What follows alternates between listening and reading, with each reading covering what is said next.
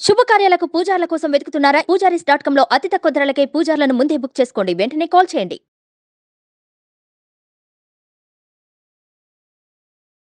నమస్తే, welcome to Suman TV. నేను మీ యామ్ని. ప్రస్తుతం మనతో ఉన్నారు ప్రముఖ ఆధ్యాత్మికవేత్త, ప్రముఖ జ్యోతిష్య వాస్తు పండితులు మనతో సూర్యనారాయణ శర్మ గారు ఉన్నారు. వారితో మాట్లాడదాం. నమస్కారం గురుగారు. నమస్కారం అమ్మ, శుభం బియాదు. గురుగారు, ఈ 2024 సంవత్సరంలో అసలు మకర రాశి వారికి అంటే ఏ విధంగా ఉంటుంది? మకర రాశి వారి దగ్గరికి వచ్చినప్పుడు మకరం అంటే మీకు తెలిసిందే, అందులోని ఉన్న నక్షత్రాలు సంగతి ఎలాగున్నా ఒక పట్టులాగా ఉంటారు వాళ్ళు. అంటే నష్టమైన కష్టమైన పట్టిన పట్టు వదలరు. ఒకసారి నిర్ణయం తీసుకున్నారంటే అందులో అనుకుంటారు. అందరూ చెప్తుంటారు ఏమైనా నష్టం ఉందని, అయినా నేను అనుకున్నాను కాబట్టి నేను చేస్తానంటారు. అందులో నుండి ఏదో మంచి తీయాలని ప్రయత్నం చేస్తారు. ఈ మకర రాశి తత్వమే అలాగ ఉంటుంది మేడం, మొండిగా ఉంటారు వాళ్ళు. సో అటువంటి వాళ్ళకి ఏళ్ళనాటి శని థర్డ్ స్టేజ్ నడుస్తుంది. నెత్తి మీద పక్కకి శనీశ్వరుడు వెళ్ళాడు, కుటుంబ స్థానంలో ఉన్నాడు. కుటుంబ పరంగా కొన్ని ఇబ్బందులు, వాక్పరంగా కొన్ని ఇబ్బందులు, అలాగే ధనపరంగా కొన్ని ఇబ్బందులు 50-50గా. అలాగే మనకు చదివే ఉద్యోగ రీత్యా కూడా కొంత ఇబ్బంది, చిన్న చిన్నవన్నీ తీసుకొని వస్తాడు. అలాగే తృతీయంలో రాహు ఉన్నాడు. రాహు ఏం చెప్తాడంటే ధైర్యంగా ఒక అడుగు ముందుకే నేను ఉన్నాను కదా అని చెప్పి ధైర్య సాహస లక్ష్మి అంటాడు వాడు. సో సెకండ్ హౌస్లోనే కన్ఫ్యూజన్ ఉంటాడు వీళ్ళు.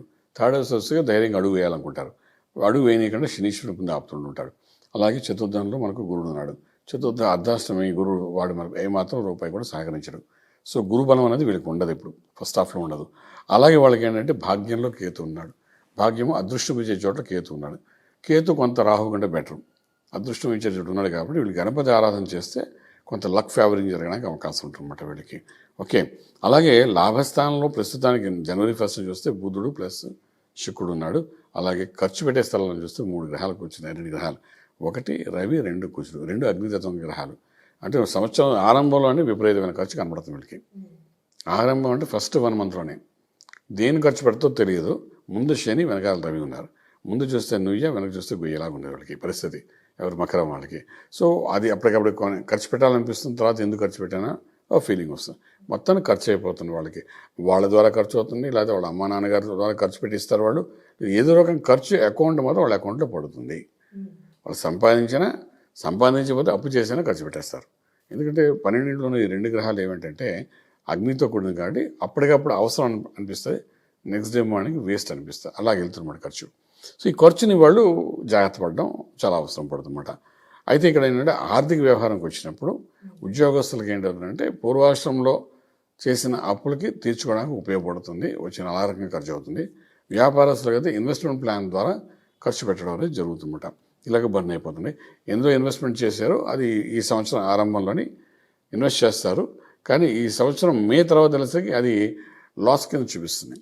సో ఇప్పుడు బాగానే ఉంటుంది, నలుగురు చెప్పారు కదా మనం ఇన్వెస్ట్ చేస్తాము, మే తర్వాత అది పూర్తిగా డౌన్ఫాల్ అయిపోతుంది. సో ఇవన్నీ జరగడానికి వాళ్ళకి బాగా అవకాశం ఉందని చెప్పచ్చు. గురుగారు, ఇప్పుడు ఈ మకర రాశి వారికి వివాహ ప్రయత్నాలు చేస్తున్న వాళ్ళకి ఇయర్లో అసలు ఏ విధంగా ఉంటుందండి? 2024 మనకు మే 1 వరకు గురుబలం ఉండదండి. సో మే 1 తర్వాత వృషభంలోకి ఎప్పుడైతే గురుడు ప్రవేశిస్తాడో ఇంకా అక్కడ నుండి వివాహ ప్రయత్నాలకి బాగుంటుంది, ఉపనయన సంస్కారాలు బాగుంటాయి, అలాగే గృహప్రవేశాలు బాగుంటాయి, శంకుస్థాపన బాగుంటాయి, అలాగే భూమి పూజలు చేసుకోవచ్చు, శుభవార్తలు వింటారు. అన్ని రకాలుగా పాజిటివ్ ఎనర్జీ మే 1 నుండి మొదలవుతుంది వీళ్ళకి. మే 1 నుండి ఏదైతే మొదలవుతుందో అది ఇయర్ ఎండింగ్ వరకు ఉంటుంది వాళ్ళకి.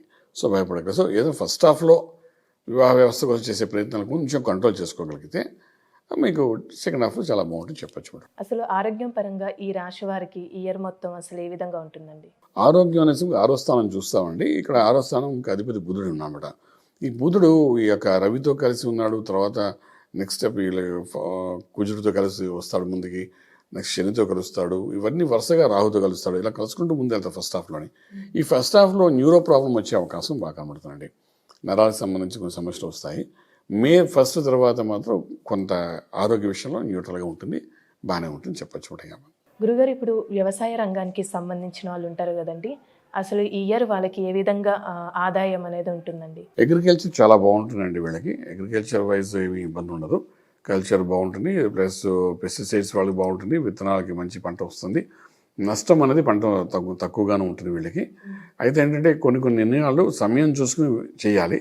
ఆ సమయానుసారం చేసుకుంటూ ముందుకు వెళ్ళగలిగితే మాత్రం డెఫినెట్గా మంచి సక్సెస్ఫుల్ పంట పండించడానికి అవకాశం ఉంటుంది. ఈ సంవత్సరం కాదు, వచ్చే సంవత్సరం సంక్రాంతి అప్పుడు కూడా మంచి పంట వీళ్ళు పండించడానికి అవకాశం ఉంటుంది చెప్తామండి. గురుగారు, ఇప్పుడు ఈ మకర రాశిలో నిరుద్యోగులు ఉంటారు కదండి, వాళ్ళకి ఈసారి ఉద్యోగ అవకాశం వచ్చే ఛాన్స్ ఉందంటారా?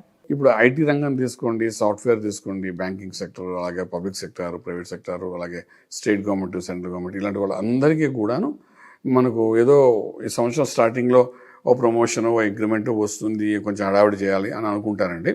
కానీ అంత పెద్ద డెవలప్మెంట్ కనబడదు. బట్ సెకండ్ ఇన్నింగ్స్ ఆఫ్ లైఫ్లోని, అంటే మే 1 జూన్లో మాత్రం వాళ్ళు తెలియకుండా ఒక బెనిఫిట్, ఒక బోనస్ ఇలాంటి రావడం, ఒక ఇంక్రిమెంట్. అలాగే ఉద్యోగ ప్రయత్నం చేసేవాడు కూడాను వీలైనంత వరకు అక్కడ చేసుకోగలిగితే విత్ గుడ్ హైక్, ఒక 20 to 30% హైక్స్తోని మంచి ఉద్యోగాలు రావడము, ఆప్షన్స్ ఇప్పుడు అన్నీ క్లోజ్ అయినట్టుంటే అప్పుడు అన్నీ ఓపెన్ అయినట్టుంటాయి.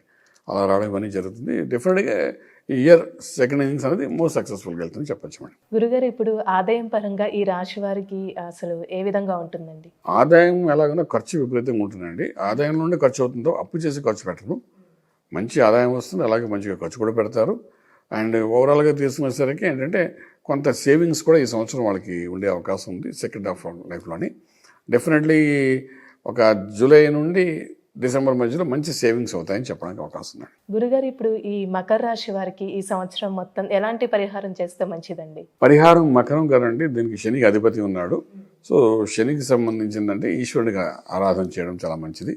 సో ఈశ్వరుడికి ఆరాధన అంటే అభిషేకం చాలా సక్సెస్ఫుల్గా తీసుకెళ్తుంది కాబట్టి పంచశుక్తాలతో చక్కగా అభిషేకం చేయడము, అలాగే శ్రీచక్రార్చన చేయడము, లేదంటే సుబ్రహ్మణ్యేశ్వర స్వామి యొక్క అర్చన చేయడము, అభిషేకం చేయడం, ఇలా ఏదైనా ఒక అభిషేకం చేసుకుంటూ ముందుకు వెళ్ళడానికి ప్రయత్నం చేయగలిగితే డెఫినెట్గా సక్సెస్ ఉంటుంది చెప్తామండి. చాలా చక్కగా తెలియదు గురుగారు, ధన్యవాదాలండి. శుభం బియాతం.